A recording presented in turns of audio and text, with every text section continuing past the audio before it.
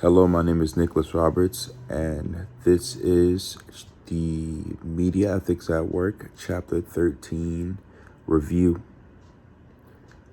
This was essentially about the case of the perils of Facebook, where essentially a student reporter for the school newspaper tried to create a story on the death of a fellow student using Facebook as a reporting tool. But the recorder in this case had to satisfy the community's curiosity about what happened while trying to get a sense of the student's life through the very people who were most upset by the death, like her family and friends, for example. The reporter had less than a day to report and write the story, as well as have all the additions of all of her other work.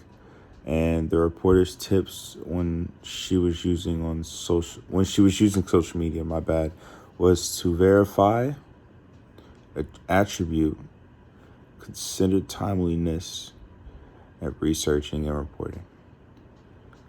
And that's just basically because the info is public, that doesn't mean that it's always correct.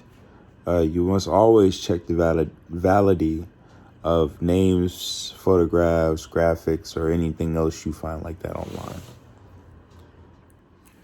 Overall, after reading this chapter, I found it to be a really, really, really good read. It was definitely interesting, and I learned a lot of things, such as not using social media as a creditable source. You should always go to a credible source like Wall Street Journal, AJC, something like that, and you should always cite. You should never just go off of a Facebook post and try to make a credible article based off that. That's not liable, it's not ethical, and it's not what you're supposed to do. But yeah, overall, again, an interesting read. Between this chapter and chapter 14, I wanted to do this one more. So I read it, and it actually turned out to be a pretty good read. I definitely learned some stuff, like I said, and I will definitely be reading chapter 14 in my free time when I have the chance.